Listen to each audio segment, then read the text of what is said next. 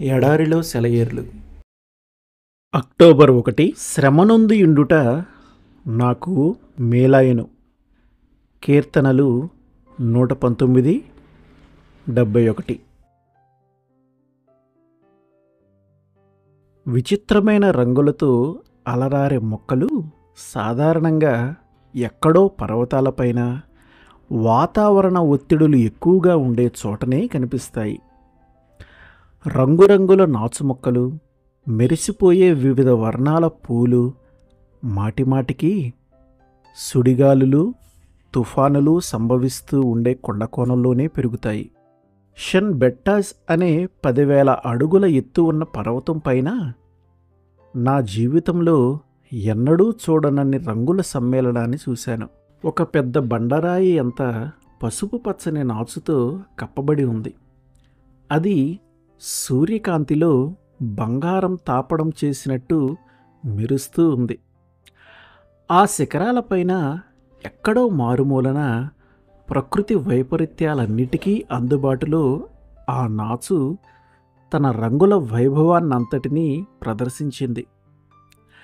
ఈ వాక్యాలు రాస్తున్నప్పుడు నా ఎదుట 2 రకాల నాచు మొక్కలు ఉన్నాయి. ఒకటి ఆ పర్వతం పైనుండి తెచ్చినది, రెండవది స్కాట్లాండ్లోని ఒక కోటగోడపై మొలకెత్తిన నాచు. ఆ రెండిటి మధ్య రంగుల తేడా చూసే వాళ్లకు ఇట్టే అర్థమైపోతుంది. తుఫానులను ఎదుర్కొని కొండ శిఖరంపై పెరిగిన నాచు అతి కోమలమైన ఊదా రంగులో ఉండి తాకితే ఎంతో మృదువుగా తగులుతుంది.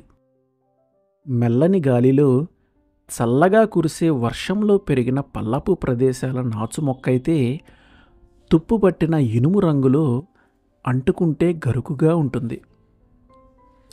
శ్రమలను అనుభవించిన క్రైస్తవ జీవితం కూడా అంతే. తుఫానులకు గురై ఓదార్పుకు నోచుకోకుండా దేవుడు పంపిన అగ్ని పరీక్షలు పదే పదే ఒక వ్యక్తిని వేధిస్తే అతని వ్యక్తిత్వం స్వచ్ఛంగా, యథార్థంగా తయారవుతుంది. అతని జీవితానికి ఆ కష్టాలేవో వింతకాంతిని, ఆశీర్వాదాలను చేకూర్చి పెడతాయి. నా దీవెనల గ్రంథంలో మొదట ఉంది ముందు తగిలిన గాయాల ప్రసక్తి. ఎంత లోతుగా ఉంటే అంత కృతజ్ఞుడిని. ఆమేన్.